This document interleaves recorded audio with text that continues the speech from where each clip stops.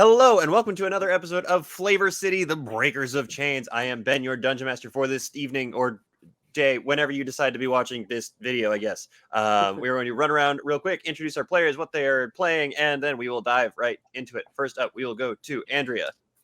Hello, everybody. I am playing Bulford Angus Cattleman. I am your Minotaur monk. Fantastic. Over to Gingy then. Hi, I'm Gingy. I'm playing Charles Lamont Rivedu, the Circle of the Moon Druid, who's a Triton. Fantastic. And finally, over to Charlie. Hey y'all, I'm Charlie. I play Melis Orpington the Get, the half-elf ranger. Fantastic. So, to bring us up to speed on where we're at, because it's something special, the party was called together by some mysterious force, aka a goose. They were then tasked with seeking out the sorceress leader of Flavorcity, Mr. Guy Fieri himself. They learned that the only way to do so is to take down the chains that were spreading over the city by taking up the utensils of legend and giving themselves the power necessary to set the spirit of flavor free again. The utensils had been given to the top cooks or chefs of each of the different districts of the cities, and so they set out being given an old menu to guide them to find these different utensils. They stopped first in the pit where they found and released Gordon of the Ram's Head, a 15-foot tall demon with a ram's head on top of his head, where he gave them the utensil of soul after being released. Then they went off into the range, which was the hub of sweets and desserts and that sort of thing in the city, somehow dodging literally almost every drone that they came across by some miracle, because I couldn't roll to save my life. It was the lantern things. It was the lantern thing. They had harvested like a skill and tactics. Yeah, they harvested a like crystal thingy that's inside of the drones, and they were using that as a beacon warning system thing. Bulford's a smart man. Bulford is a genius, apparently. They made their way through the district, passing all of these sort of like layered shop areas, eventually finding their way to a giant open green space with a large white tent in the middle. They gave up all of their weapons, and they participated in the Great Gnomish Bake Off, absolutely destroying the rest of the competition. Ultimately freeing the two judges that were stuck in a cage at the front of the tent, a large bear and a stump with little bitty legs underneath and very blue eyes. As they released them, the bear transformed down into a small elderly gnome who came up to them and congratulated them. They were given a plate a bowl as a prize for winning. And that's pretty much where we left off. You got a glass bowl for winning this competition that very easily you could have died in, apparently, based on the fact that you guys found out you can take some serious damage within the tent. Yeah, I'm could probably use a heal. As Bulford is well aware. Oh shit! Good. So we come in as Bulford is presented with the bowl. I can't remember if Mary Berry was giving it to you or if the robot man with the fancy mustache was giving it to you. My brain won't tell me right now. We're going to say it's the robot man handing it to you. Works for me. So he slides up to you and says, "Congratulations on winning the Great Gnomish Bake Off. Here is your prize." And hands you the bowl and looks at you expectantly. I would like to thank. I take the bowl. I would like to thank my friends for helping me out and supporting me. I would also like to thank my family. And Bulford's very nervous. Sure. It's very uncomfortable to be put on the spot like this. And it's all coming out very robotic. He's just kind of staring dead ahead. A little gnomish hand pats you on the shoulder and says, "Darling, you don't need to do that." Oh, thank God. Thank you so much. I did not know. He just kept staring. It pats you on the shoulder and it squeezes just a little bit. Right in here. "Thank you all for releasing us from, well, that." She looks kind of over to where the cage has disappeared from. I don't usually stay as a bear for that long, so that was less than pleasant, to say the Huh. least. Well, I hope you're able to eat some good. I at least I know you're able to eat some of the good desserts and stuff. So hopefully that wasn't too bad. Why were you in the cage? Well, we're not entirely sure. One day we came out to set forth the competition, and well, we were filled. Our tent was half full of these robotic entities. We didn't really think much of it. We are not particularly picky about who we allow in. Besides, if there are plenty of warforged within the city, we can't go turning away people just because they're made of metal. And so we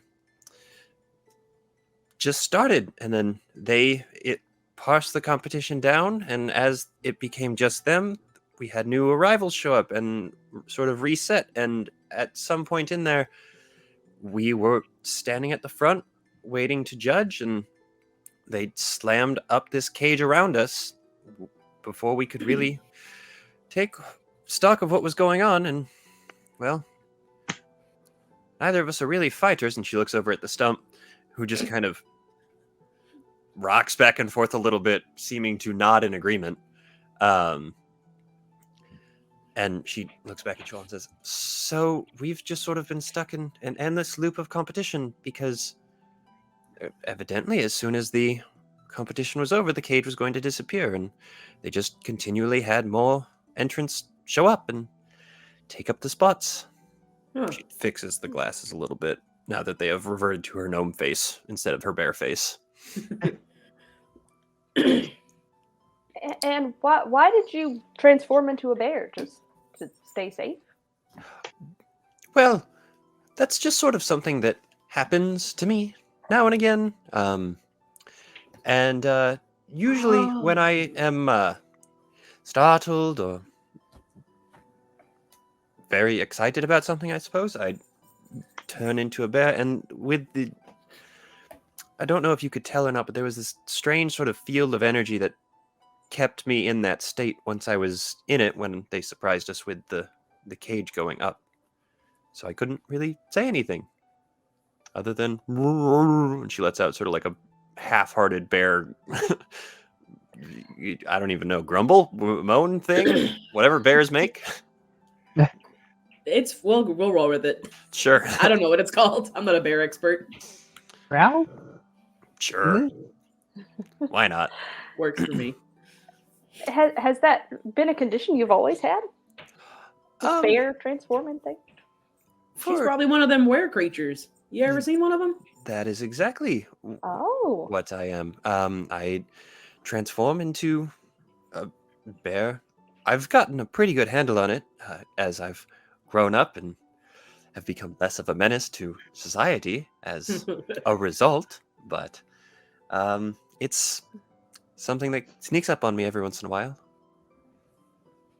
Though Very bears nice. are much better at tasting very, very specific flavors than most humans, gnomes, elves, etc. are. So it's a nice little trick to have up my sleeve. Sure, yeah. Don't forgive me asking, but what's his deal?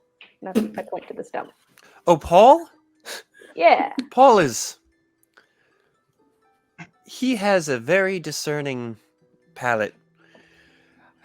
It's too bad he can't talk, because that would make my job a lot easier, because I'm the only talker between us. And you see the stump kind of just lift up a little bit again, and like a pseudo shrug, because he doesn't really have shoulders to shrug. So the whole thing just sort of shoop. But So, like, is he the stump, or is he hiding in the stump? That's a good question. he's no, Paul, how do I describe this? He is a spirit that inhabits the stump. Oh, In I know what you're talking about. earlier in life, I believe, Paul, correct me if I'm wrong, he was a well-known cook and chef, and at some point he said something and got he made a certain someone who was slightly more powerful than we expected angry, and was trapped inside of a stump. And well, Oh. he's gotten used to it at this point, and Sure. Who did that to him?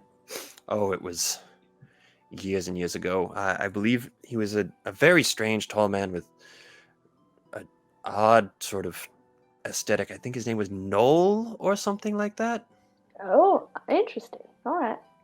Do you like you kind of speak with plants out on there, down? No, less of that. We've had people try that. It doesn't really work. Because he is the spirit within the stump as opposed to just the stump itself. It's sort of a gray area from Yeah. what we've been able to find. But I wonder As if I you said- cast speak with dead and speak with animals, or not animals, plants at the same time, if it would cross. I don't know. I don't know Yeah, like- magic. I just punch real good. They kind of work together, maybe. An idea. An idea. Regardless. So what's the next step for you all? I don't want you going back in a cage. No one deserves that kind of stuff. well, we're going to shut down the tent for a little while. However, the tent itself is a largely safe place. It has been blessed several times over to be an area of no violence and no, well, I would say no type of insurrection, but clearly that's not the case.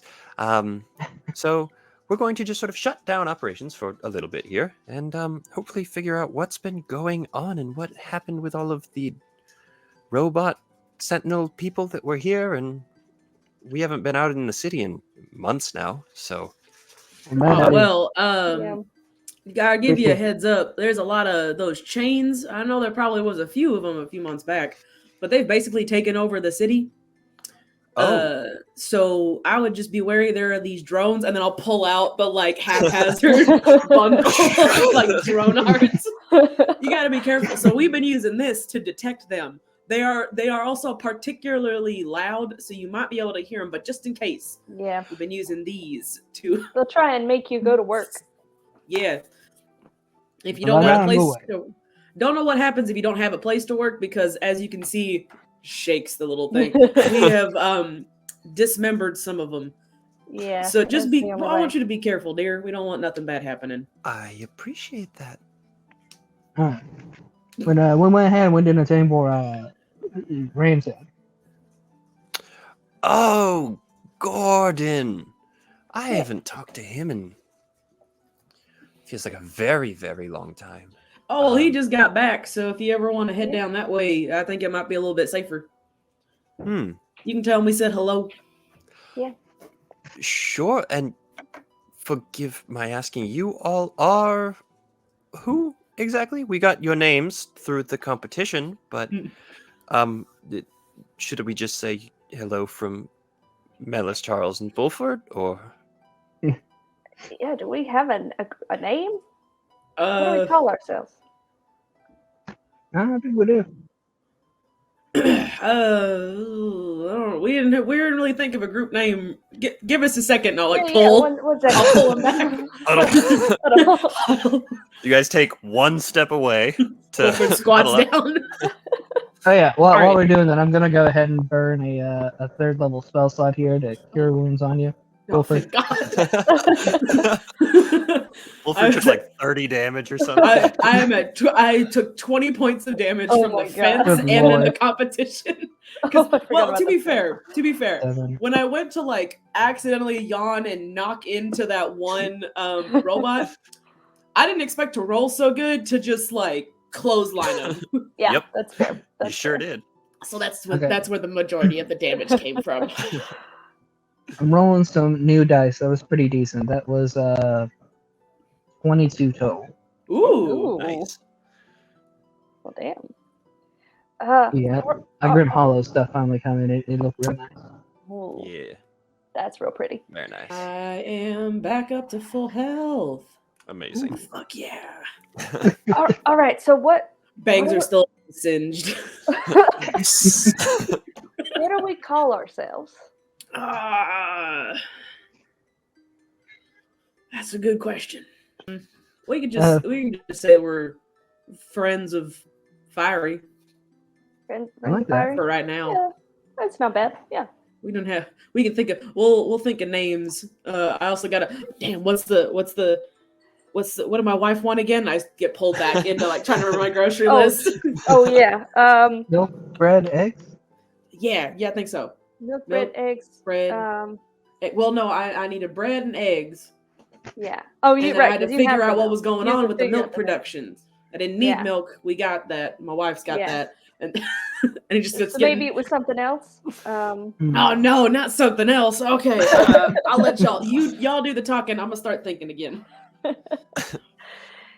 Are you all going shopping? Is that what's happening here? I'm a little confused. Oh, that's You see from exactly like 4 feet away from you, the gnome that hasn't moved because you guys took one step away. Yep.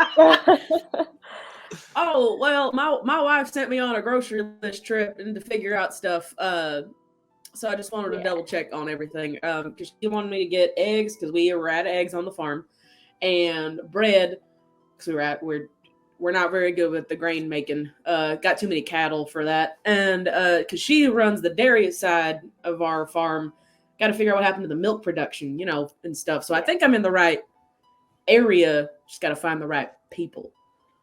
Wife. All right. Oh well, I mean, we're married, but we're also a little bit more on the open side. So I mean, you could always Oh. come by the farm if you want. And that was the Cattleman farm, you said?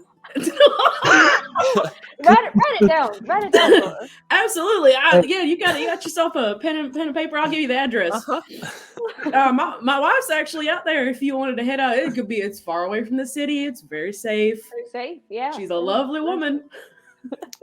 Good to know. Interesting. Well, I guess that Paul and I will need to decide if we're going to the pit or staying here or going out to the farm. Was there something else you needed? You mentioned that you were friends with the sorcerer? Yes, who would you say is probably the Ram's Head equivalent for In the this top dog. side of the city? Over in the stock pot. Yeah, For here or for in the stock pot? both. Or in the yeah. Well, he's assuming you for here. Well, I think I know sort of what you're asking. Here, I suppose that would be me. She goes ahead and takes the glasses off her face, and they go from like frail little old lady glasses to like band sunglasses. The living utensil. I was given this by the sorcerer a long time ago. The stockpot is a strange collection of individuals. There are establishments and the like there, but they do a lot of more community-based cooking than Oh, other places Very do. nice, very nice. So there's a lot of travelers that go in and out of there, a lot of traveling cooks and chefs that go in and out. So the population turnover there is far greater than most other places, and so I don't know exactly who would be at the top of the food chain, as it were, there now. Is there anyone you could recommend us talking to over there? Or a place we could start? Oh, well, the center of that area, that district area of the city is oftentimes the busiest and most bustling, and would have the most places directly attached to it. A lot of community kitchens there. There is, I would say that, yeah, you would need to get as close to the center of that district as you could. Now, you say that the chains are a problem right now, and that could mean that is going to also pose an issue there, because they may stand in your way or something. That you seem to be capable enough with taking care of these drones. Yeah. Impressively We'll be all enough. right. Yeah, I Kinda think like we'll be all right. eyes flick up and down Bulford for a second. Go like flex a little bit. Like do you flex or do you do full on do like the Dwayne Johnson like titty dance? Ooh, hold on. I'm gonna Make a basket. titty dance. Odds was full flex. Even was titty dance. It's like, that's Amazing. a little... Amazing. So, pardon again, I've been stuck here for a very long time. Why exactly are you all looking for the top cooks in the districts? You've A clearly goose already told found us. Gordon. A goose told. It's Oh, about I'll pull up the prophecy. menu of prophecy. Yeah. Yeah, we got this prophecy, and we're trying to find Oh. Mr. Fiery and bring him back and save the city. You know, one of those. I Those understand. whole chosen one were And- quest things. I have to told to get the utensil. I see. She kind of like looks over you guys for a second, and you can see that some sort of like magical flash across her eyes. She goes, "Ah, I see. You didn't just meet Gordon. He gave you the gift that the understood. Yeah. Well, it's more difficult to recognize in a new form than I'm used to, either on the sorcerer or Gordon. In fact, I haven't seen these glasses this way in a long time, so They look pretty cool. they're definitely a choice that he made. He has a lot of very, very specific choices in fashion, aesthetic, and he's very good at what he does. So we Yeah. nod along and let him make his choices. Some people have slimmer choices, more people have more open choices. That all just kind of depends on the person. That is true. So, as a thank you, then, for releasing us, I suppose that in addition to the magnificence that is the bowl that you get with winning my bake-off, you should also be given these to help in your current endeavor. That I'll would reach be out and You say Pretty, very yeah. to whoever wants to take them? I'll reach out and Like take kind them. of leaning towards Bulford, but whoever wants to take them. I mean, but you're the one who won, so yeah. Yeah. I mean, feels fair. Yeah, I'll take them. And then what I'll actually do, because I also I don't know what the hell. I know that bowl is gonna get crushed. I know the way we work and how we roll. I'll take the sunglasses and I'll hand her the bowl, and I'm like, I think you should hand this to my wife. It'll be a nice little welcoming present to the house. You can tell her all about everything. You'll be welcomed with open arms, I promise. All right. Are you gonna ask her to put her car keys in there too? No, my wife can do that. Oh, all right. I will take that back from you then. And it's a very large bowl for her, as she is a small old woman. It's like a soup bowl for me. Yeah, it's like a cup in your hand, and it's like a big old bowl. Well, congratulations. What is your next step? If you don't mind my asking. So Well, Stop. put on the sunglasses above my eyes, which is just you can barely see them anyway, so it's just in the front at top. Well, I think we're gonna head to the stock pot now.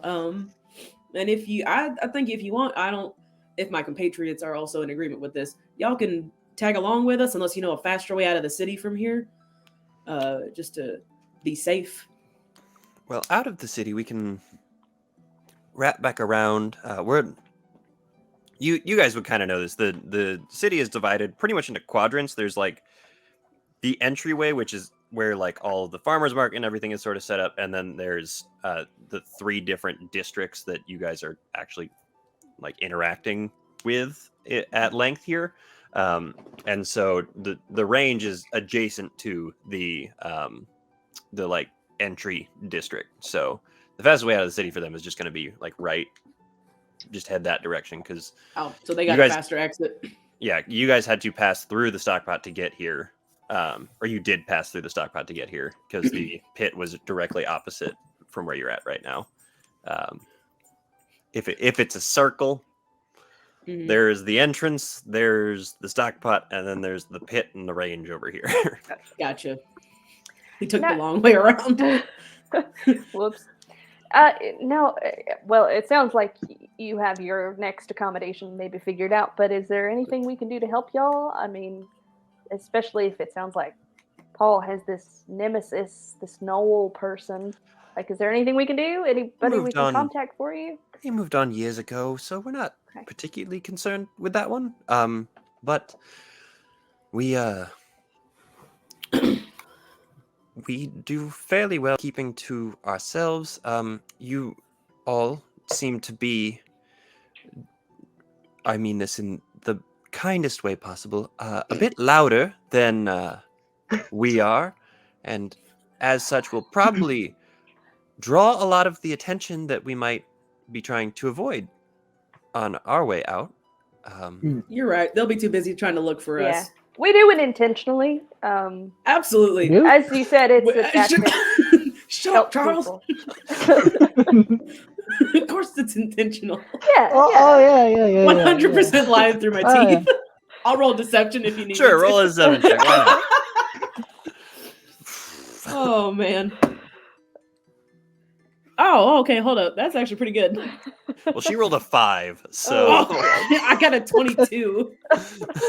Yeah, totally. she just I I'll kind do would of like a not hair- have imagined. I'll do like a Full hair sweep. You'll see my eyes across for the a brief glasses. I am shook. Never in my life would I have imagined Fulford Angus Cattleman III to have any type of modifier for lying. Amazing. It's very quick white lies just to impress a potential partner, but nothing Such like as too Oh. deceptive. Just to look a little bit better. Amazing. Okay. Listen, I'm sending her straight to my wife. She's gonna tell her all the bullshit. She's gonna Evidently. be able to see right through it. Okay. But Well, as the- mentioned, the- the tent is a safe area, largely, and because we're shutting down operations, I suppose you can stay here for as long as you need. We'll be leaving after you so that you can intentionally draw all of the attention away. So, if you would like to stay, we don't have really accommodations for sleeping or anything. But if you want to stay for a little while, glance at Wolford, that's not a problem necessarily. Do you have maybe like a separate area? Like, I don't know. I think Charles and I could go outside or something. maybe find like something to keep watching. And, Yeah, I think my Privacy. chickens would like, some sunshine today. If you'd like to go outside, you're welcome to as well. All right, I just don't want to be in the way, ma'am. yeah. I don't know what way you'd be speaking of, but all right. I can dig a hole. I can dig a hole if we need. You're gonna dig a hole, Charles? Yeah, we could just go outside and dig a hole with you. I All right, guess I have let's to go dig ask, a hole. please don't destroy the lawn too badly, but Ah. if you can sort of sod the top layer, you can dig as deep as you want, I suppose. Yeah, I think we could do that. All right. So what do you guys want to do? I really don't want to be in a. God, I don't know how to put this effective. Well put. Yeah, I had to resist the bone zone.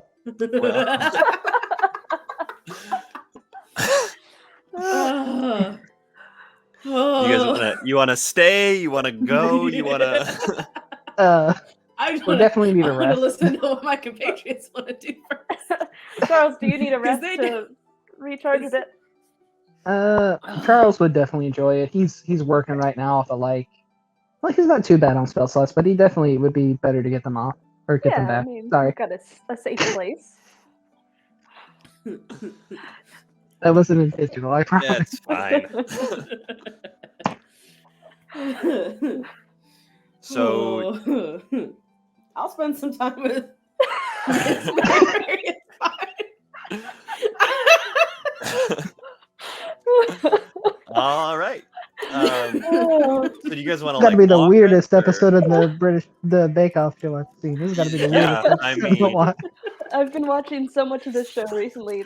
It's so much better. I just finished like season 8, and I'm losing my mind right now. This is the best. Oh. So Charles and I will wait outside. Okay. How far outside? Out of earshot? I don't know. I mean, Yeah, it's an enough to open where- field. Like, But there's They still got the gate up, right? The one that we had. yeah, to there's the fence Yeah. The that's one that like has a Bulford-sized it's got hole in it. yeah, a Bulford-sized hole in it. amazing. It's like I can't remember exactly what it's like 10 feet away from the tent. If you guys want to go back outside. Yeah, I'll work on I'll transform into whatever animal I need to transform into here to dig a hole.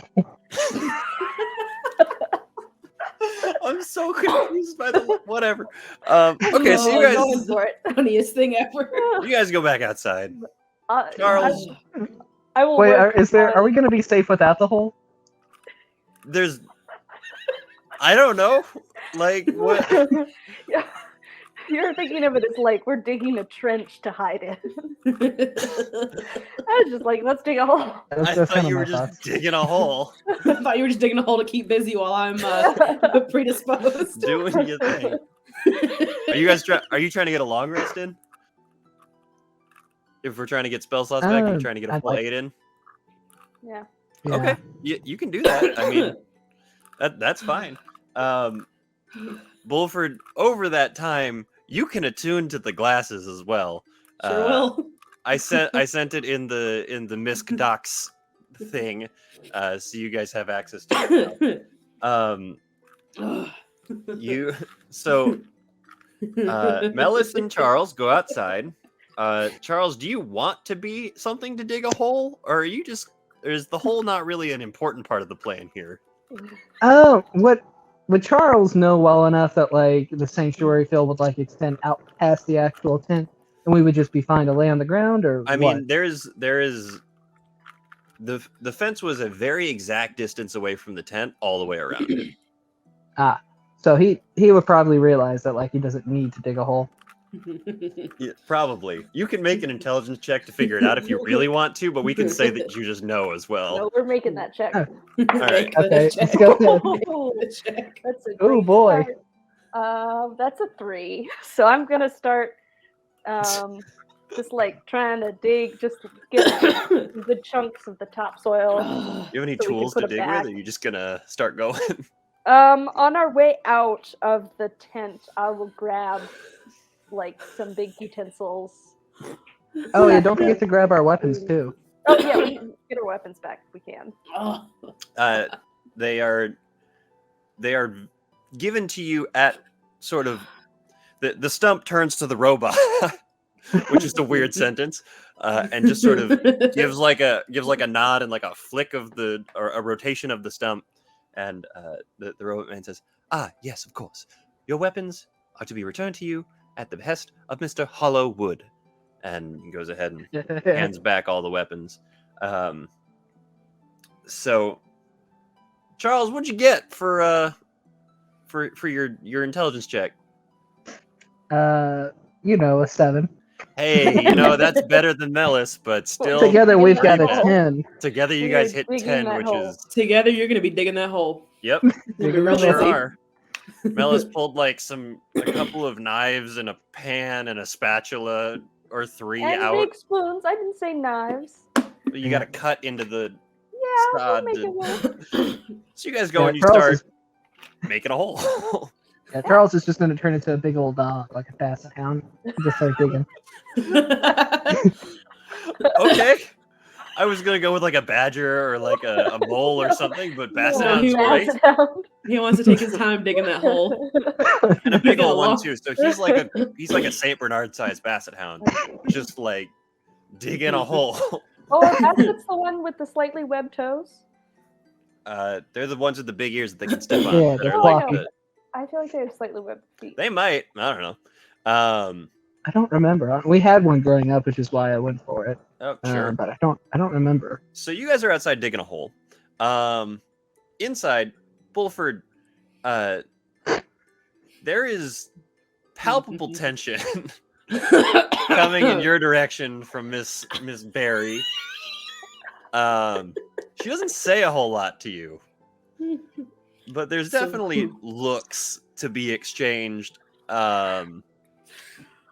We're not gonna like run through what happens here necessarily, but if you want to let me know what you want to do in this situation, we'll just sort of like fade out to that About and go back 5 to them. minutes after we leave the tent, I'm gonna like go back up. I'm gonna like knock on the flap of the tent, and when I realize that does nothing, Yep. I'm gonna stick my head inside, like cover my eyes, and say, Mr. Paul,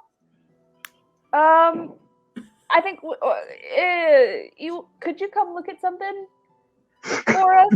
I think we need you outside. I don't. If you want, okay, bye. And I'll- For the next like minute or two, the stump very slowly waddles his way across the tent and out the tent flap, where he turns and tilts backward to look up at the half elf, and then turns a little bit to look at the giant dog. He's a dog.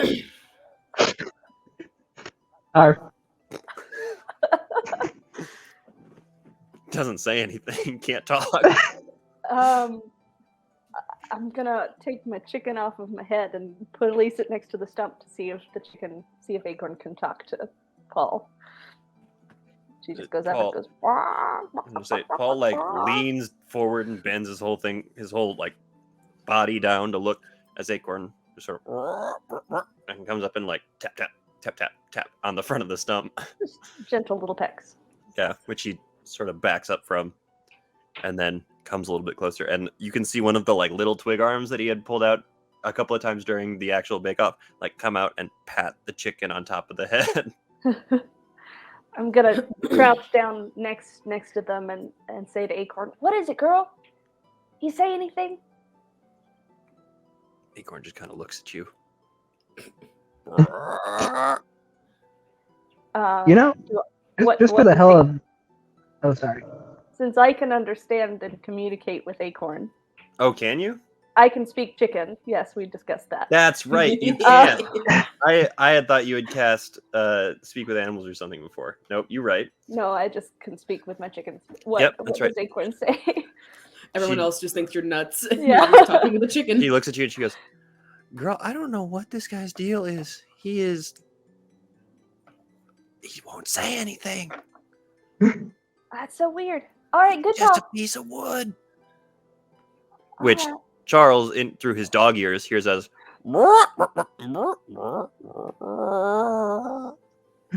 Well, good talk. We're gonna go back to digging this hole if you want to help, or you can walk around a bit. I'll come scratch at it, but that's about all I'm gonna do. All right. She goes over and starts scratching at the dirt where you guys are digging. Hey, That's it. Okay. So what do you want to do inside the tent? All right. So Now inside that you the are tent, alone. now that we have probably the funniest incident leading up to this, now that we're finally alone, although Bulford's gonna try like not to lose his fucking marbles when Melis does the thing of like trying to knock on the tent. Yep. That whole bit he's gonna try to be as quiet and not like lose it. But basically what Bulford will do is he'll just like answer any questions that she has about like, you know, Okay. the whole relationship, what's going on. Very just shit like that. Okay. Just so that way there's no like confusion, so that way she doesn't feel like let on and like, you know, have her feelings like messed with. He's he doesn't have a lot of intelligence, but he's also not a fuckboy. He'll like just kind of just talk with her, make her feel a little bit like more comfortable about the whole situation. I guess I'll talk about boundaries, what's okay, what's not okay. I'll tell her about his wife and whatnot, kind of what she's into, all that, some boundaries that she knows that she's comfortable with him talking about. And then with any extra time, I'm going to leave that up to the imagination of the viewers. Okay. Sounds I'll let good. them run with it. Yeah, it's a good few hour conversation. Like you guys sit and talk just like hanging for out a while. Yeah, she makes some tea at some point and comes over and sits back down next to you. She, sort of pats you on the knee and on the forearm, sort of across the table. But she takes in, understands everything that you're saying, and sort of nods along. At some point during the conversation, he'll like he'll sit from across the table. He'll like scoot next to her. Sure. And that's when she can actually reach the knee. Yeah. But yeah. And sort of towards the end of like the conversation regarding your wife, she'll just go, well, I'm very excited to get to meet her and get to know her a little bit better. And you guys just sort of talk for a while, and then we fade out. Send in your fan art of Bulford is very buried. Gnome? Minotaur. You know what? It's fine. If Sam Riegel can lust after that one Minotaur, Mary can do what she wants. You're not wrong. She said she turns into a bear when she gets excited. That is accurate. She did say that. I think she'll be okay. She's a tough broad. Yep, pretty much. Outside, what do you guys want to be doing over the 8 hours? Are you just gonna go to bed? Are you gonna dig your hole then go to bed? Are you gonna? Gotta dig our hole first. Yeah. How deep do you want your hole to be? Asking the hard questions. How deep do you want the hole to be? I want to say 10 feet, but is that reasonable? That's a big hole. How wide is this 10-foot deep hole? Again, I want to say 10 feet. Is that reasonable? Sure. Just like a miniature room, essentially. Like where we can set up a fire pit. Yeah. And you know what? You guys are you're hanging out. It's sort of it's a generally relaxed time in spite of the fact that you're doing hard labor in digging a hole for some reason.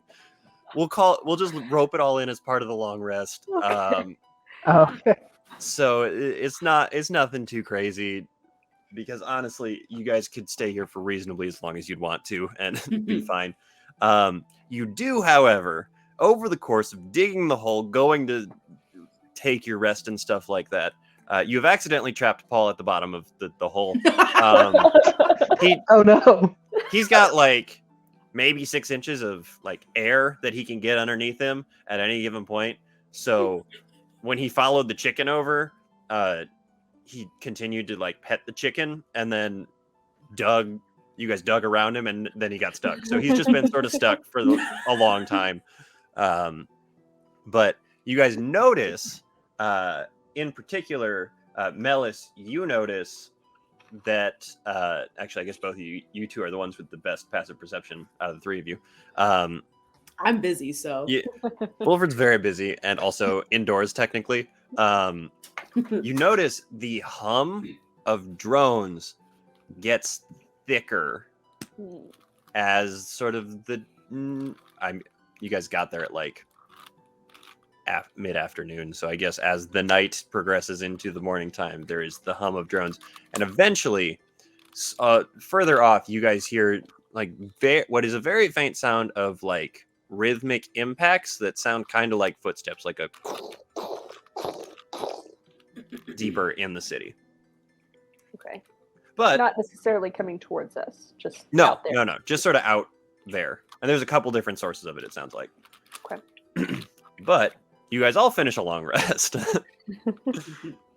Considering we are counting digging a hole as part of a long rest. Yeah.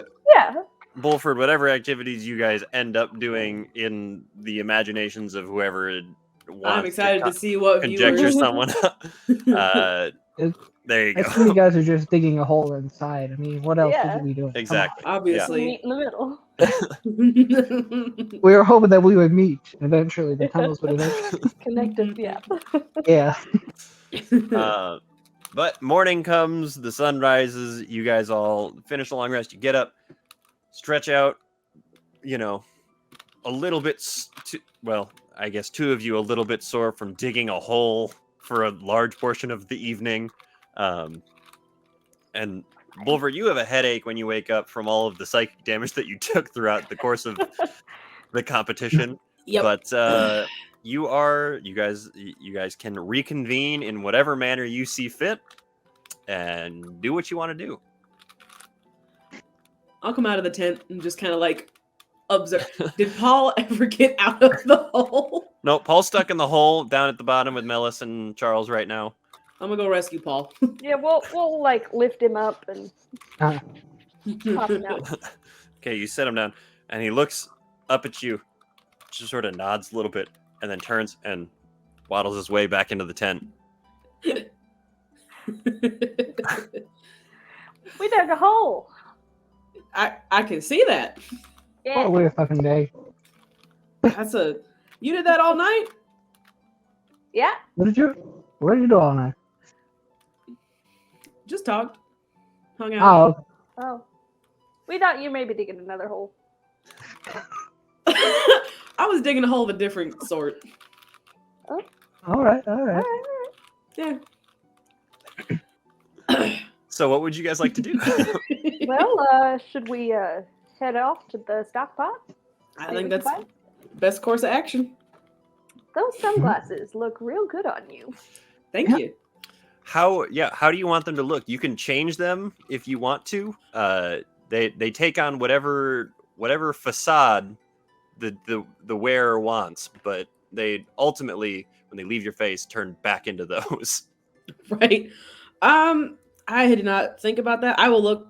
There's like a very specific type of sunglasses that I'm thinking of right now. I'm gonna look. I'll try to figure out what they look like here in a second, and then I'll describe it. Sure. But they don't look like the normal ones. They don't look like. They don't those. look like Guy Fieri's. Or Amazing. Mr. Fieri's. Mr. Anyway. Fiery. All right. So with a little bit of help from Bulford, you guys are lifted out of the hole. You climb your way out. You just want to leave the hole there Yeah. Oh, because you got a pile of dirt, Yeah. a pile of sod, and a Yeah. hole. I say we Okay. leave it. You never know when someone else might need it. Well, y'all, I mean- she did say she wanted the stuff filled in. She didn't want you to Yeah. disturb the soil too much. All right. Gotta We- make sure we to got treat them. ladies nice. Like, come on.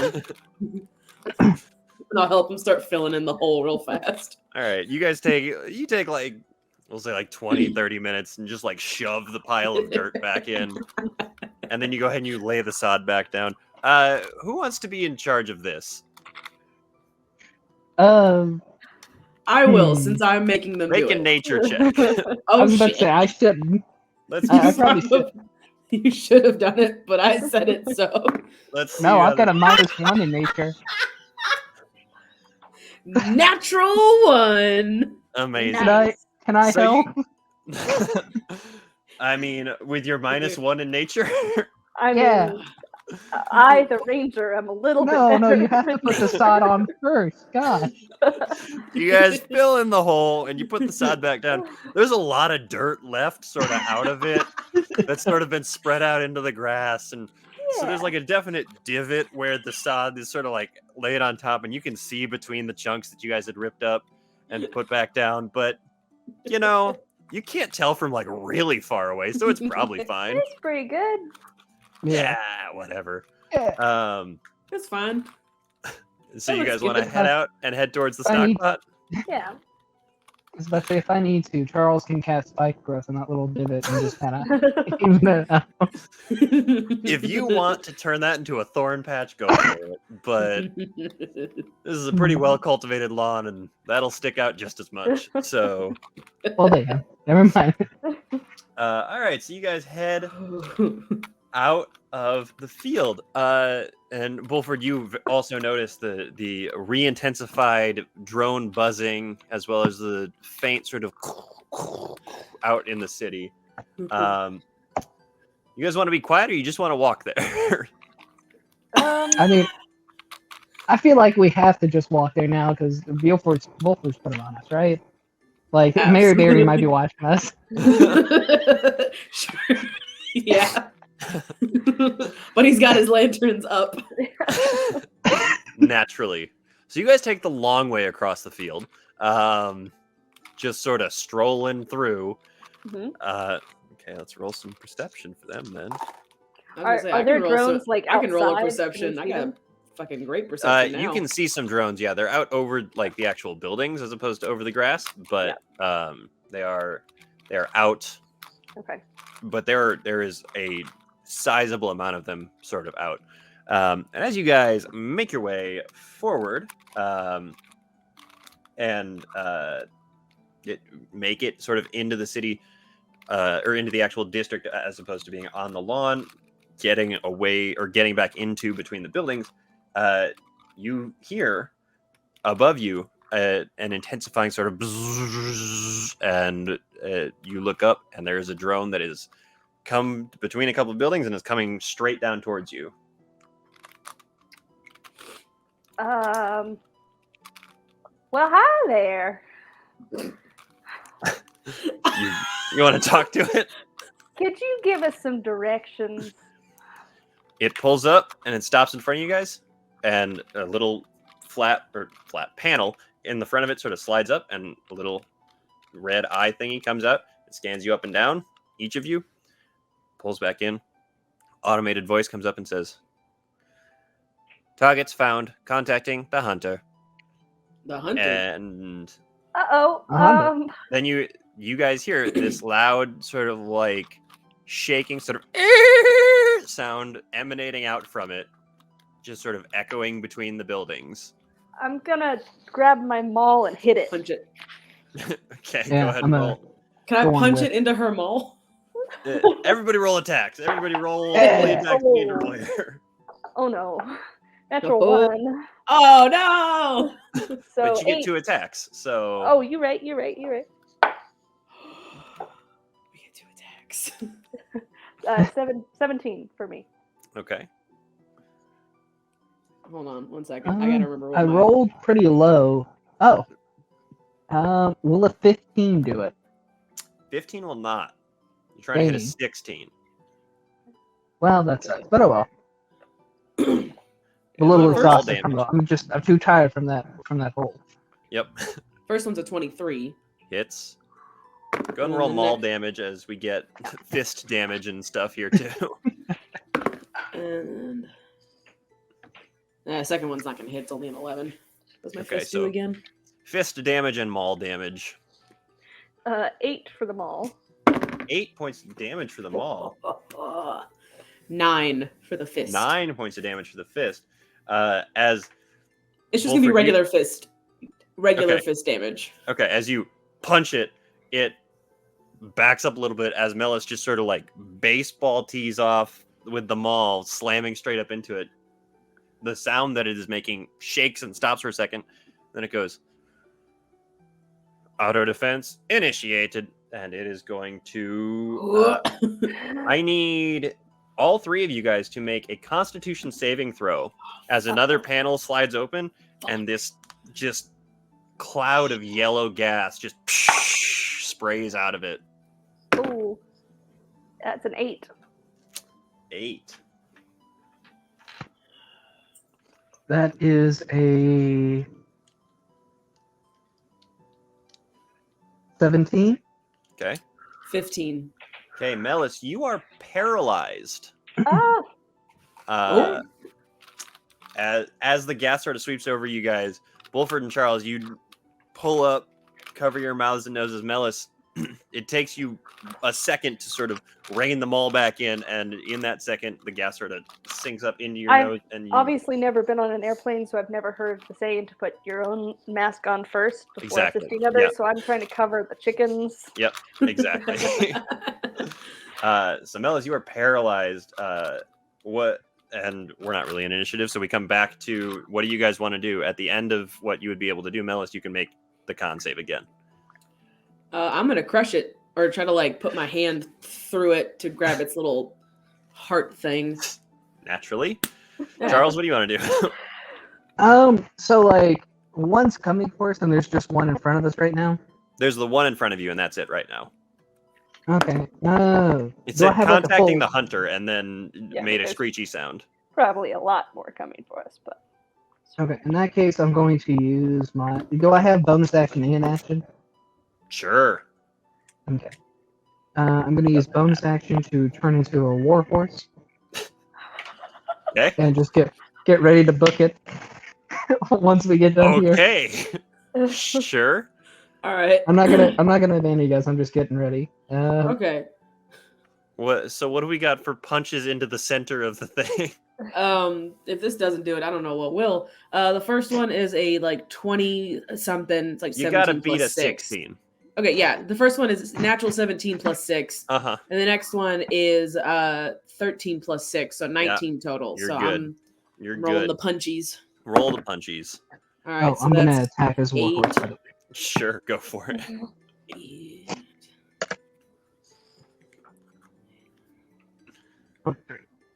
So it's 15 damage total for fists. 15 damage, and what do we got for the horse? Let me Horse see. damage.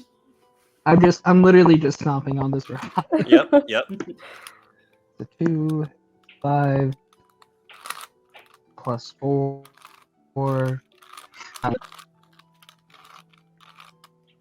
bludgeoning. 11 bludgeoning, sorry. 11 bludgeoning damage. Okay, so between the fist and the horse kick into it, the horse hooves go through it, like just straight through, just through the outer shell of the thing, as the fist sinks through the front of it, grabs the inside, and rips it out. Charles, you got this fun anklet now. As Wolford holds up the crystal inside of it as it slowly glows out back down to where it was before, and you can add it to your amassment of hearts. It's fine. All right, so what do you guys want to do? Can I Melis, get an? you all right? Yes. Go ahead and make Constitution saves until you beat an 11. Okay. Okay. 19. Okay, cool. Kind of shake him. Hey, you all right? Yeah. And so then until it finally. after Oh. like 5 or 6 seconds after you guys have ripped the thing apart very quickly, Melis sort of shakes out of it. And That then didn't seem like a good sign. No. I'm gonna go, nay. It's terrible. I'm gonna motion for you guys to get on it so we can get out of here if you all want. Which if you guys want to stay and fight, just I'm all for it. Yeah, no, I think we should get out. Because, Yeah, I whoever second this that. hunter is, who's coming. All right, I've so never you known guys any good hunters, so just want to start running? You want to Yeah. get on the horse and go, or Yeah, let's. let's giddy up. Well, how fast can a warhorse run? 60 feet. Oh, yeah, I'll get on the horse. yeah. And I'd say you picked a warhorse, so he's going to be sturdier, so you can carry. Yeah, I was Wolford gonna say. as I was well. like, That's what I was hoping for. Yeah. I'm So a big boy. you guys both load up, and you start to ride through the streets towards the stockpot. During this travel sequence, I'm going to, because I forgot to do it literally 10 minutes ago. You guys go up to level 6 upon obtaining the second utensil. I don't think anybody gets anything crazy, so let's go ahead and just roll some hit points right quick here, and we will continue with where we're at. Okay, which do we go to manage levels on the website? Yes. So it's a D8 for Charles, D8 for Bulford, and a D10 for Melis. I mean, I get a new favorite enemy. Right, that's right. You're the one that gets like stuff. The other Yeah. two get magical attacks when they're attacking either as an animal or with their bare hands. These hands are rated E for everyone. You can punch ghosts Yes. or pretty much anybody else you want. Apparently, you can punch through drones. So Yeah. He's a hardworking minotaur. Ooh, that's pretty good. That's 6 on the dice. 6, great. So yeah, then you go to manage hit points and you just add 6 to the rolled HP box, and it'll automatically do your con for the level up. Cool. Also got 6. Nice. Hey. Wolford, what you got? I only got a 4 on the dice, Oh, okay. but Sorry. I have like a +3, so I got 7 total. So that's not too bad. Nice. I also have like a terrifying, armor class and a lot of hit points. So I'm a thick boy. I'll be fine. I can actually turn into challenge rating 2 animals now. That's right, you Ooh, can. That's fancy. Can I make these droid things my second favorite enemy? Sure. That would be constructs. That's what I was looking at, yeah. Yeah.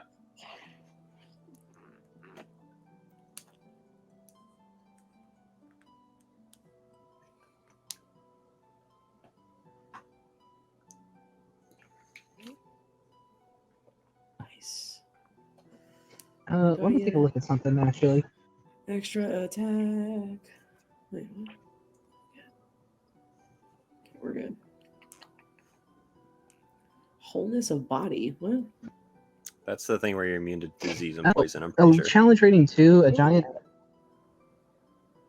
What? So a giant elk is challenge rating 2, and it can Mhm. also go 60 feet. Would I be able to say I transformed into that instead of a What's elk the strength or of a giant elk? warhorse? 19. Sure. Why not? I was gonna say if it's less than 18, you're better off being a warhorse. But yeah, you can be a giant elk. Why not? Cool. You can kick as a giant elk too, so I don't see why not. Yeah, but I can also ram on this one. Ah, Ooh. I see.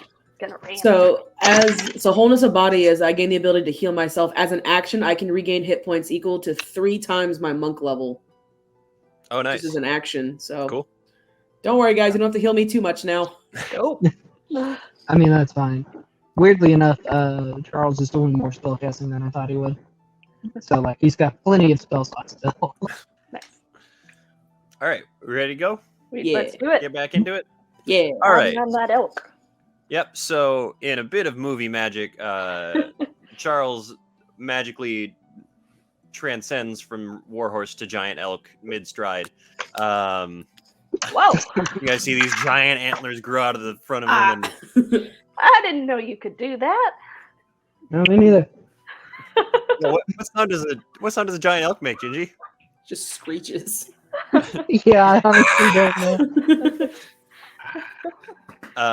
So that's you a great guys one, sorry. are riding through the city, making your way, getting to you're headed towards the stock pot. Any amount of stealth you want to do, or you just want to kind of go for it? How stealthy can we be on a giant elk? That's Yeah. it'd be- Great question. It'd be a stealth check with disadvantage, and then you'd have a baseline over what you got right now. So. I feel like knowing that there is somebody called the Hunter maybe coming for us, maybe we should try to be a little stealthy. Yeah, that sounds about. We should probably do that. If it fails, That then, sounds- we just go back to what we were doing. All right. Yeah. Then Charles, go ahead and make a stealth check with disadvantage as a giant elk. Right. 12. You say 12? 12.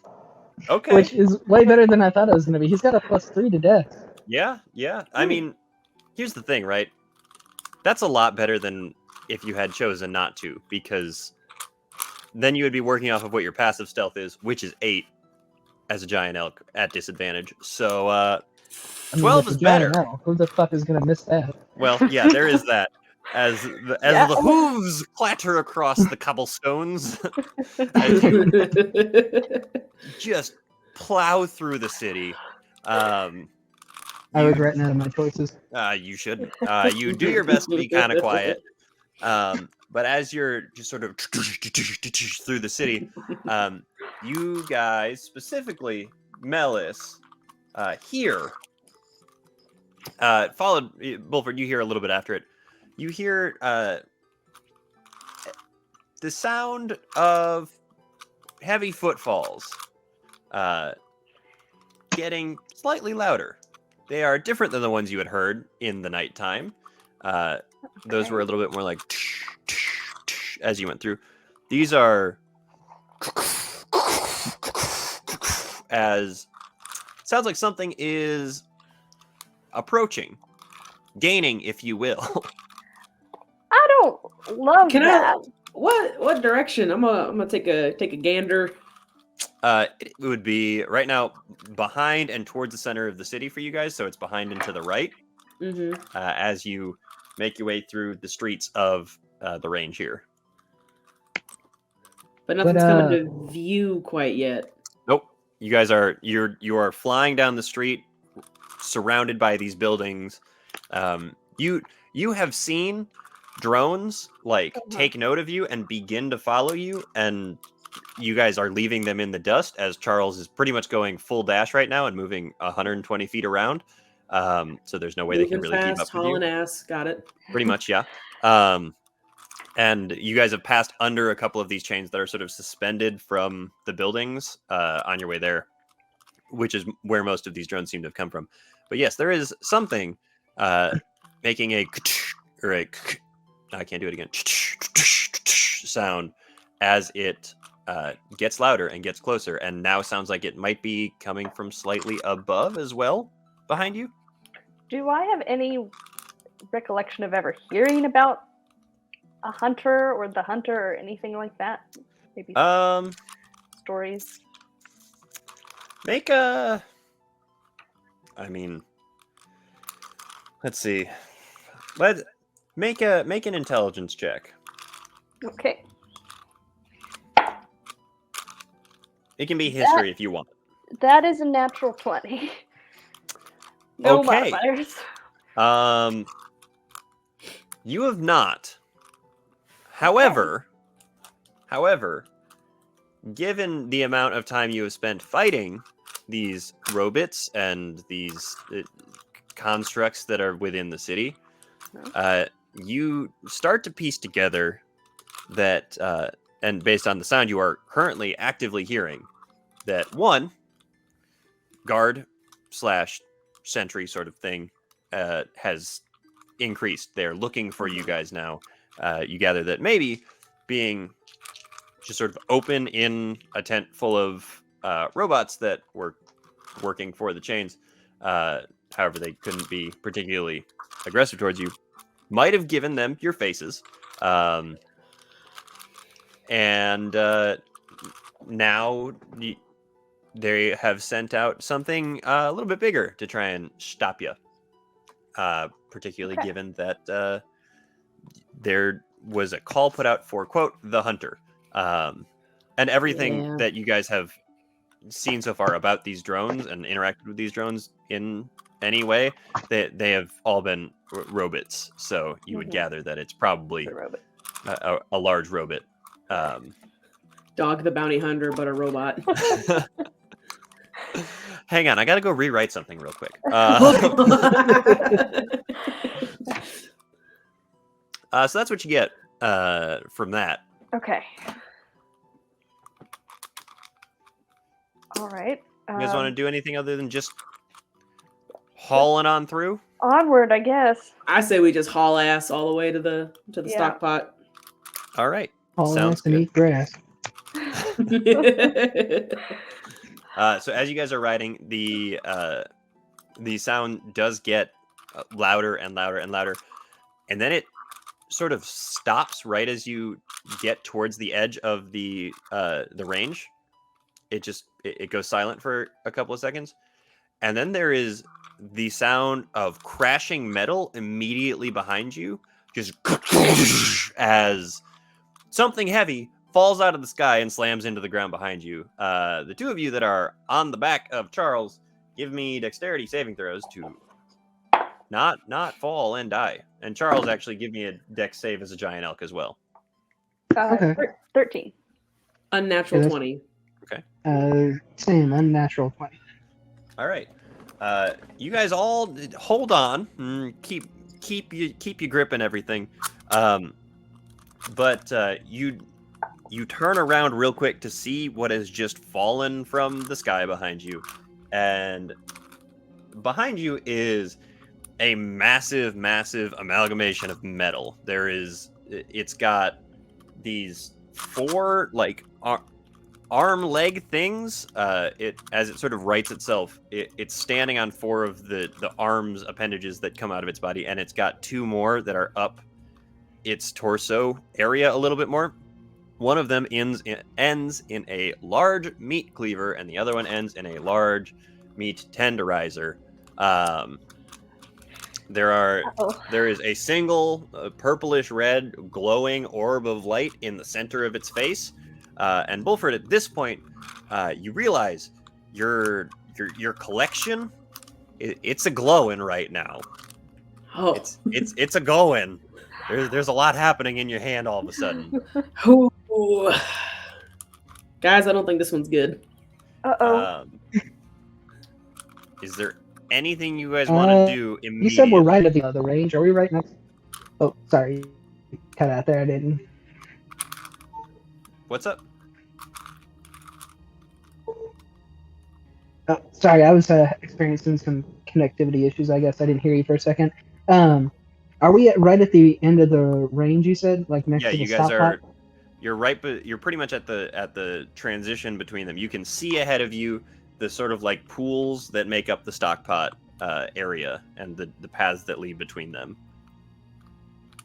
How deep were the pools? Would we remember that?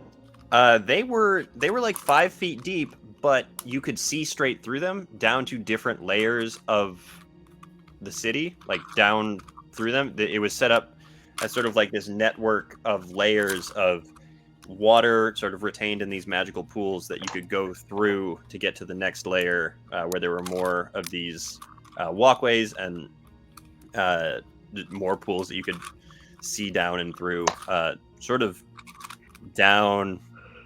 You don't even know how many layers. You guys just sort of passed through it earlier. I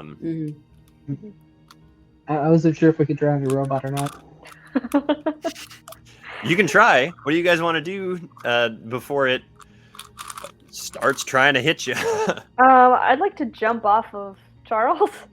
Okay. And if I can cast Hunter's Mark on it, I would like to do that. Sure, Hunter's Mark. I guess I'll just, as soon as Melis jumps off, I jump off too. Okay, sounds good. Charles, anything you want to do to prep? I guess if everybody jumps off with me, I will turn around. Do I want to cast any spells? Let me see.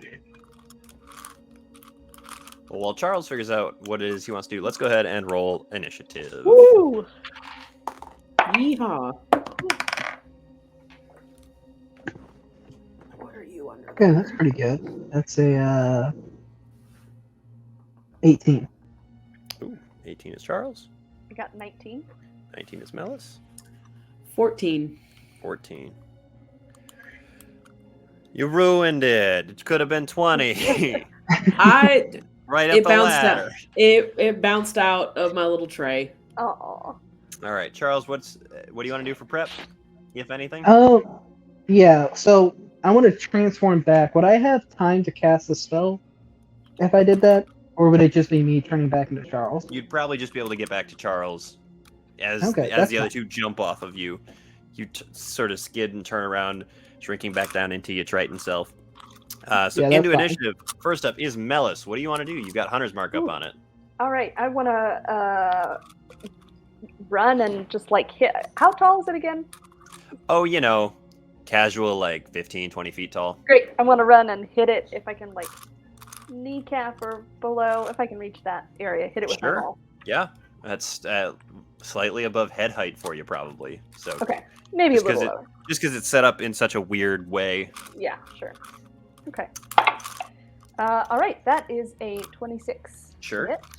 26 does hit. Go ahead and roll your second attack too. Okay. That one is 18. 18 does not hit. So 26. Go ahead and roll some damage. All right.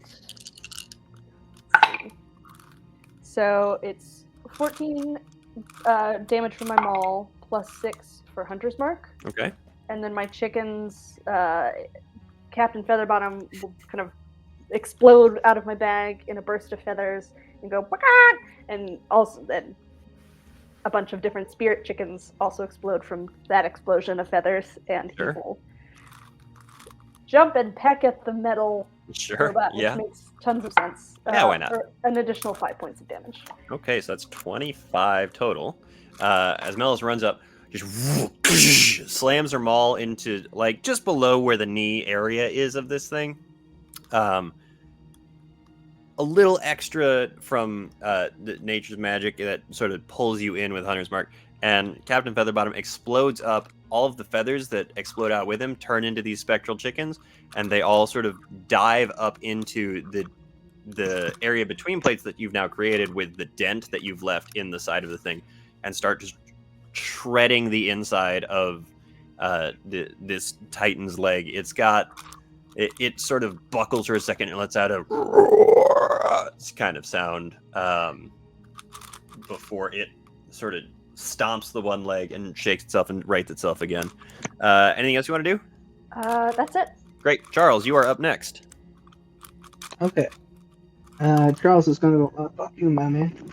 And he's gonna cast Tidal Wave. Okay. Sounds good. Tidal Wave. Let's see. Summon the spirit of the swamp to knock him flat on his ass. Yeah. And I'd say you could probably, you can get it in such a way that you're not going to take out Melis too. So dexterity save from it. Oh no, that's not good at all. That's No? that's a 7. I don't do it. Okay, so it takes 4d8 bludgeoning damage, and would be knocked prone, but its four legs sort of like lock in and spread out, and it cannot be knocked prone. So go ahead and roll your 4d8 bludgeoning. Oh, that's unfortunate. Yeah, that's 20. 20 points of damage. As Charles goes ahead and pauses for a second and concentrates and channels the energy of the swamp, this wall of water sort of lifts up from the pool behind him and flies forward. Melis just missing you and crashing over this thing, knocking it back just a little bit as you see its back legs like jam down into the ground and hold itself up. Charles, anything else you want to do on your turn? I will cast Love on my weapon. Sounds good. Bulford, you're up next. So I watched Charles try to knock him over, and then I Uh-huh. watched them leggies keep him up. Sure did. I'm gonna change that. I'm gonna go for the legs. We're gonna. The This same one that boy's Melis going- had, or one of the other ones? One of the other ones. All right. And I'm gonna kind of kick my back leg. Not my back legs. I'm gonna kick my legs kind of back, rev up, and I'm gonna charge. Ooh. right. Oh, let's see where it is. And do the hammering horns. Okay. Which they have to do, but I'm really just trying to take out one of them legs, even if I Sure, can't. yeah. So he's got to make a strength save of 14 to be pushed 10 feet away. There's also that. So let me God, I can't roll. That's a 9. roll from my horns. Yeah. I rolled a 3. Oof. Oof. Nice. That is 15. 15 points of hit. damage. To To hit. hit? Yeah, for the Does not horns. hit. Fuck. But he still gets pushed. Okay, and he gets pushed. How far did you say? It's 10 feet. 10 feet backwards. Okay. So after the wave comes and slams into him and he slides back a little bit, Bulford comes just sort of out of nowhere, just like tries to spear tackle the guy and pushes him in the opposite or perpendicular direction, and the legs sort of reset and into the stone there, grinding him to a halt. He's not. Let's see. He is not knocked prone. However, he is pushed. Since he's pushed, Yes. would Malice get an attack of opportunity? Forced movement does not trigger attacks of opportunity. Fuck that. Sorry. That's fine. That's fine. So then I still have my bonus action, and I'm still learning what the fuck key points are. Are key enough. points used on a bonus action, or are they like their own separate shit? They're their own thing. You can apply them to a bunch of different stuff. Alrighty then. So then I would like. I'm going to use my bonus action to also get a good solid knock on him, and then also use spend a key point for flurry of blows. Okay, sure. Go for it. So it's just 2 more hits, right? Yes, correct. Cool. Okay. And then hold on, what the fuck is this thing? Way of the open hand. When you hit with one of your flurry of bow attacks, you can impose one of the following effects on the target. He ain't prone yet. I can push him 15 more feet away. Or just what if we take our problems and we push them over there?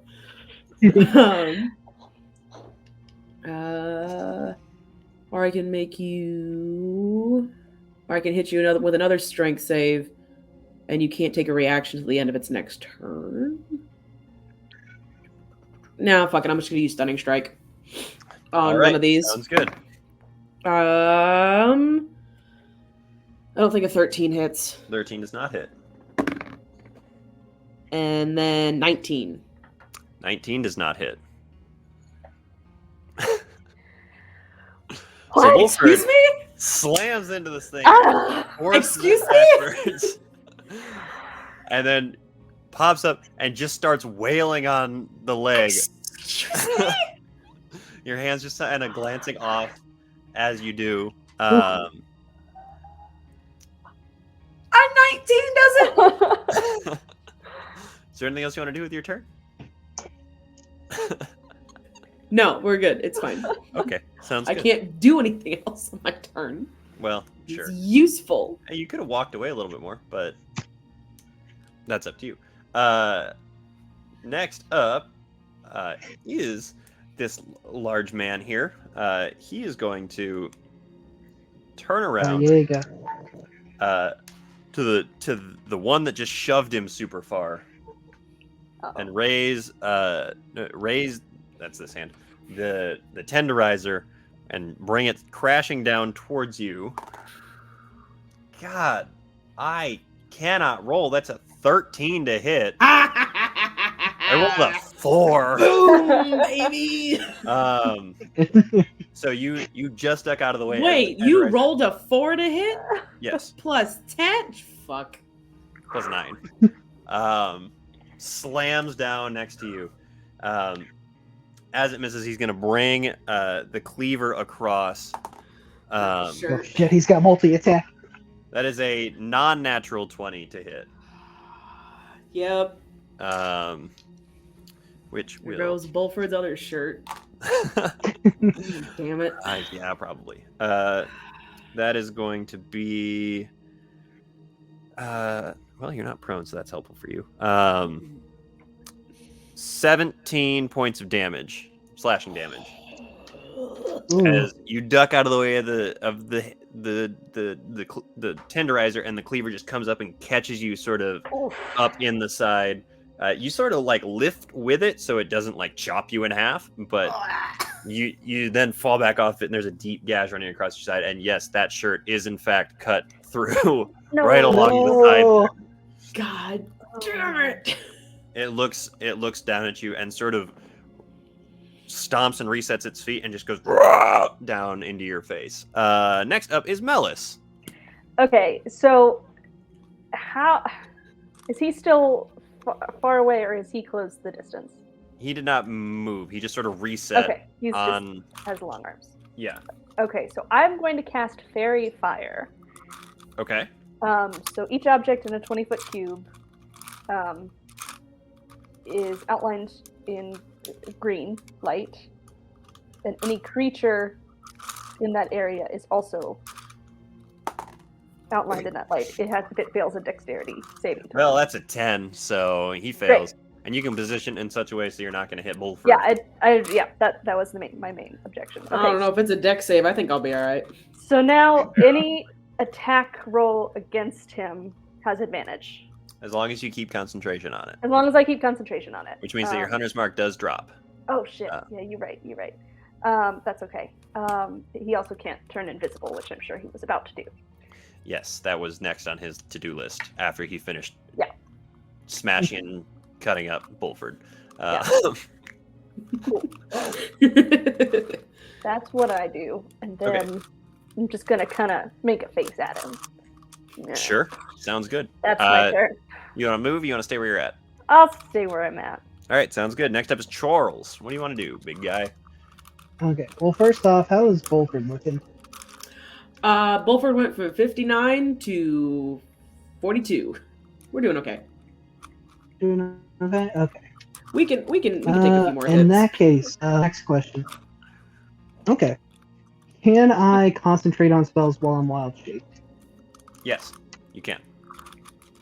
Okay. As long as your spell is up going into it, you can concentrate on it, and if it's one that you can activate as an action or whatever on your turn, you can also activate it because it doesn't require a component to activate usually. Okay. Well, I have to use an action to... you know what? We won't wild shape just yet. We'll hold on to that. But I am going to cast Soul Reliable at a 3rd level spell slot. All right, here comes Microwave. Yeah. Moonbeam. Moonbeam! Okay. Moonbeam. It's a con save. That will kick in when he starts his turn there. Sounds good. Great. So you go ahead, and after the water sort of washes away Charles, you go ahead and you go, all right then. And then you reach up and you pull your hand down, and a beam of silvery moonlight just sort of appears centered on this thing in engulfing part of its body. So that's your action. Anything you want to do with the bonus? How far away am I from this robot? Like 30 feet. Okay. Well, as long as it doesn't have disadvantage on perception or anything, I'll just flip it off. Okay, sounds good. You can, as a Circle of the Moon Druid, you can B-shape or wild shape as a bonus action. Yeah, well, I don't think it's gonna move, do you? If you... Yeah, I guess I'll go... Are you asking me if I think it's gonna move? I'm sorry, I just meant I was asking. No, Tell me. it's pretty occupied with me. I think it'll be all right. Yeah, in that case, I will Moonshape, what's the best land option I have right now? Ooh, we're gonna turn into a giant constrictor snake. All right. Charles turns on the microwave, and then his body sort of like stretches as he becomes a large snake. Yep, that's it. That's all I got for you. All right, end of Charles's turn. Bulford, you're up. All right, I'm right pissed because there goes my damn. There goes another shirt.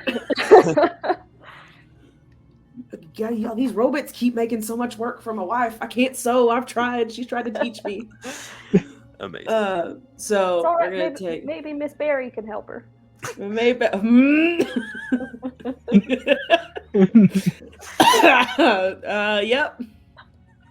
God damn it. Yep. Yep. So I'm gonna do my two. I'm just gonna punch him. I'm gonna punch him real good, and hopefully this time it'll work. I'll also spend. And make, I'm also make gonna all spend those attacks with advantage. Yeah, Yes. I'm also spend another key point, so I'll get 3. I think. You don't need to do that for that. As a monk, you can do punch, and bonus action punch. The key point is to get 2 as a bonus action instead of 1. I'm gonna do that. Okay, so 4. Yeah. Go ahead and hit us with some 4 punches. All right. I guess you guys haven't really had combat since you got multi-attack. It's So been a long time. Sure haven't. Really had a long fight. All right, so 23. hits. Okay, so 1 punch. 1 punch. 25. Hits. 2 punch. Key point flurry of blows. Another 23. 3 punch. And then that's not gonna work. So the last one does not make it. Okay, so go ahead and roll damage for 3 of your punches. Yes. On the last punch that hits, can I do a stunning strike? Sure. Or do I have to say that before? Okay. So you'd have to do a con save of 12. You can do them on every single one if you want to, but That's a lot of key points, though. well, you can do it and then see if he saves, and then do it and see if he saves, and do it. And Okay, so we'll do that. So start. So yeah, first one to see if you save. That's a natural 20 to save for the first one. Fuck. All right, one more key point for this next one. That is math is hard. 21 on the second Yeah, one. I'm gonna give up. That's the Okay. the last one I'll Okay. do. I have a feeling his con's pretty great, so I'm gonna roll damage real fast for all 3 punches that do make it. What the fuck is it? Okay. So that's 9, 18,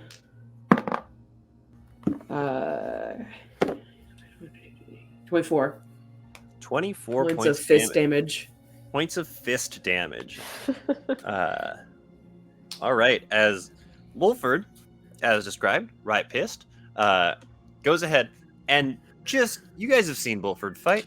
Every once in a while, he's like this sort of graceful fighter who like takes like timed aim strikes. No, he's just wailing into the knee joint of this thing, just overhand, slam, straight into the knee of this thing. And that knee starts to buckle out from under it before you hear like a as it snaps itself back up into place. However, between the leg that you have hit a bunch and the leg that Mel's has hit a bunch, it is starting to look a little wobbly on its feet. You guys have not landed a lot of hits, but the ones you have been big. So, anything else you want to do on your turn? It's mostly just movement if you want to move. So that's action bonus that you punched into it. Yeah, you know what? Yeah, I'm gonna back up. How far you want to back up?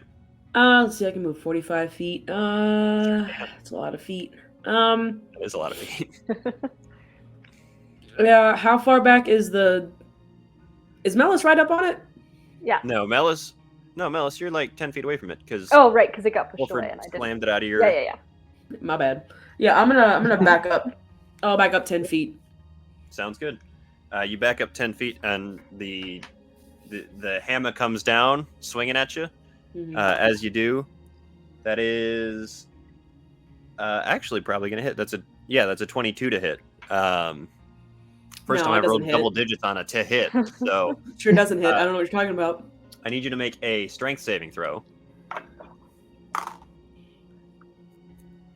All right, hold on. I don't have that one memorized. It's sure not one I normally look for. Oh, that's 25. Good to go. You take. Oh man, I had the math. I forgot the math. 16 points of bludgeoning damage as the hammer slams into you, almost lifts you up off your feet and tosses you onto your back, but you sort of catch yourself, slide back a little bit, and you are now technically out of its melee range. If you would like to keep moving at all, I'm gonna move 10 more feet back. okay, back it up some more. I'm a little shook. End of Bulford's turn. How close do you want to be to Charles and Melis, actually? How far back is Charles? Charles is about 20 feet behind Melis, who is about 10 feet away from the guy. I'll be about the middle, Okay, sounds good. whatever that is. Sounds good. It is going to it is going to turn towards you guys a little bit and leap and come and slam down right next to Bulford again. Don't you be forgetting about that Constitution save now. Oh, man. you're right. That is 15. Let me see actually. I don't know what your DC is. It's probably 16, knowing my luck. It is. It's 16 actually. Okay, so that's 2d10 radiant damage then. 3d10 because I upcast it. 3d10 radiant damage because you upcast it. And I did remember that. Okay. 18 radiant damage. 18 points of damage. Math. There we go.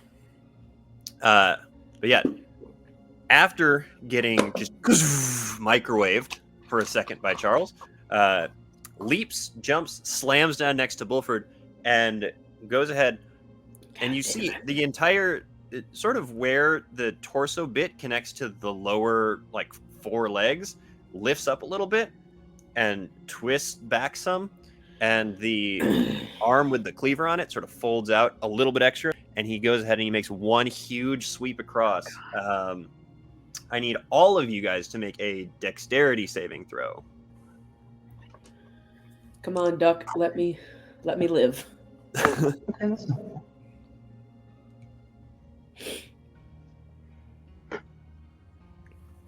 bad. Unnatural 16? 20.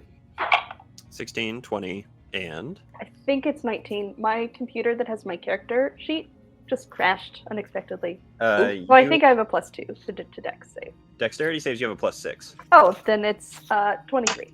Okay. Then Melis and Bulford, you guys take 10 points of slashing damage. And Charles, you take 21 points of slashing damage. As the cleaver just slams around and crashes through the 3 of you guys. 2 of you sort of dodging out of the way of it.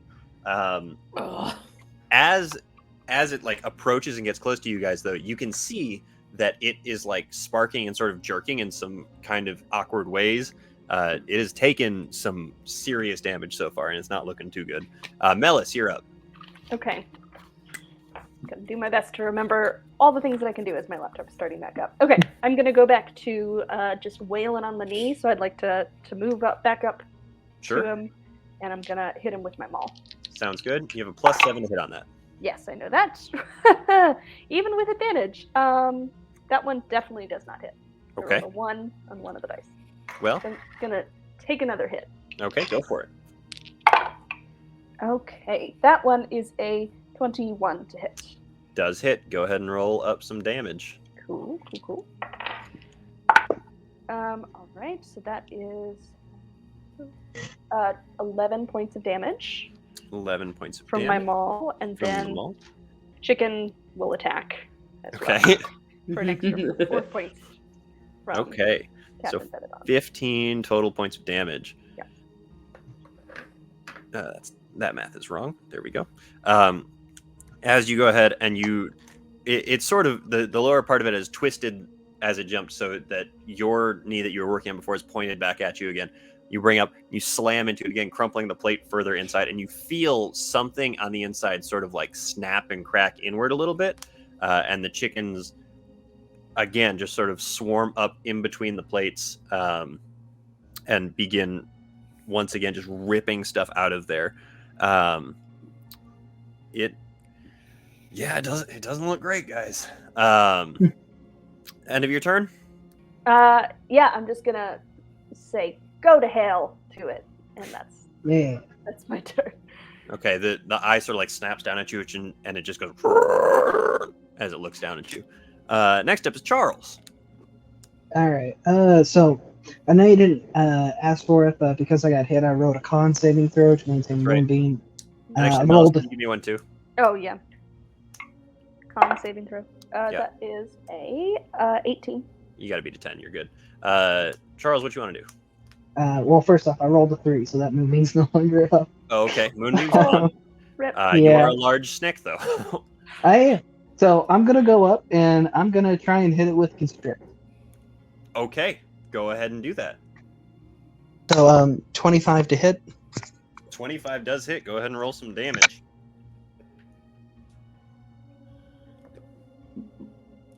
You muted yourself again. Sorry. Okay, so 2d8 plus 4, and he's grappled. Okay, so what you got?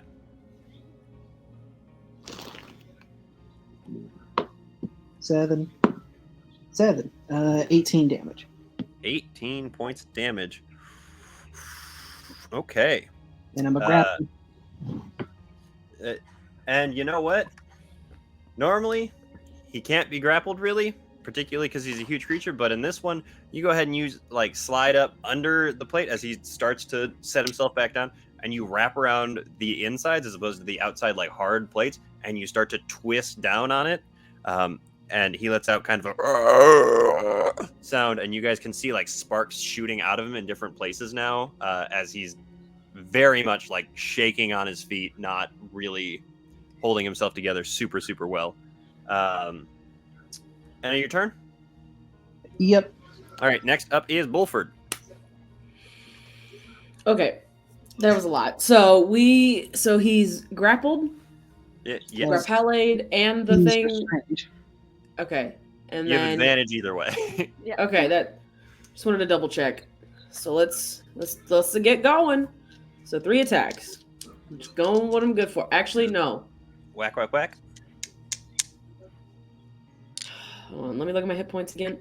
I'm going to use that wholeness of body Okay. to get back 18 hit points because I'm at 16 right now. All right. So let me do that real fast Sounds good. because I would like to not die right now. You know, that feels fair. Okay, back up to 34. So then I have my bonus action. Mm-hmm. And I'll just. I will spend a key point so that way at least it's two hits. Okay, go for it. Ba-ba-ba-ba-ba. And you get advantage on him. You do. Yeah. So that is 25 for one. Hits. Oh, I don't think the second one will hit. That's only 15. Does not hit. So go ahead and roll damage for that first one.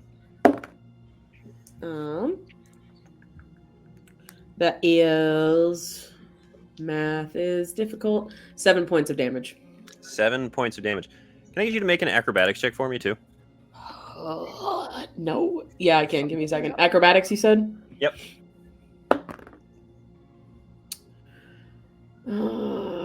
It's only a +3. What the fuck? Okay, yeah, it's still good. It's a 19. But Okay. Big cow man is good at doing flips and shit. So Wolford sort of apparently went Takes the a deep athletics breath. route like an idiot. takes a deep breath, restores some health to himself, gets himself back and ready to go, and then goes ahead and runs forward and pounds down on the knee of this thing. Your hand hits a really well plated area, so it doesn't do a whole lot. It sort of glances off. You grab and you haul yourself up, and then you jump up into its face, and you go ahead and you take your fist and you slam it into the eye, grab the thing and rip it out to add to your collection as the whole thing just kind of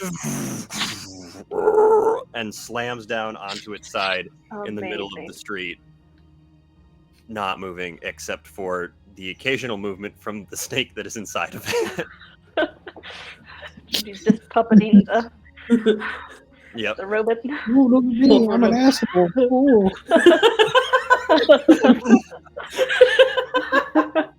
Bullford will cough up a little bit of blood and phlegm. God damn it. I hate these You robots. good there, buddy? Do you need some I'm healing or good. anything?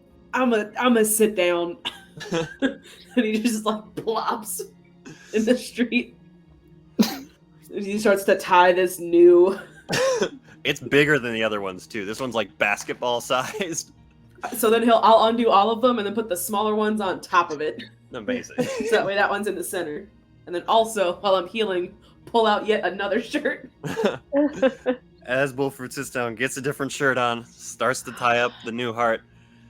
Melis, from down the street, you hear just a growing low hum of as you can look down and see more drones coming your way.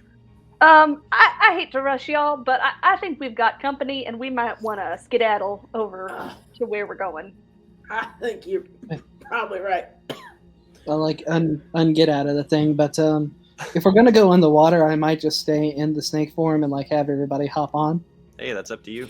Sure. So you guys hop on the back of the big snake and Yep. start riding towards the water. Both As kind of the- slumped over. Yep. As the cloud of drones grows behind you, that is where we'll end today, actually. Thank you guys so much for tuning in and watching. Come back next week for whatever's about to happen next. See you then. Bye. Bye. Bye.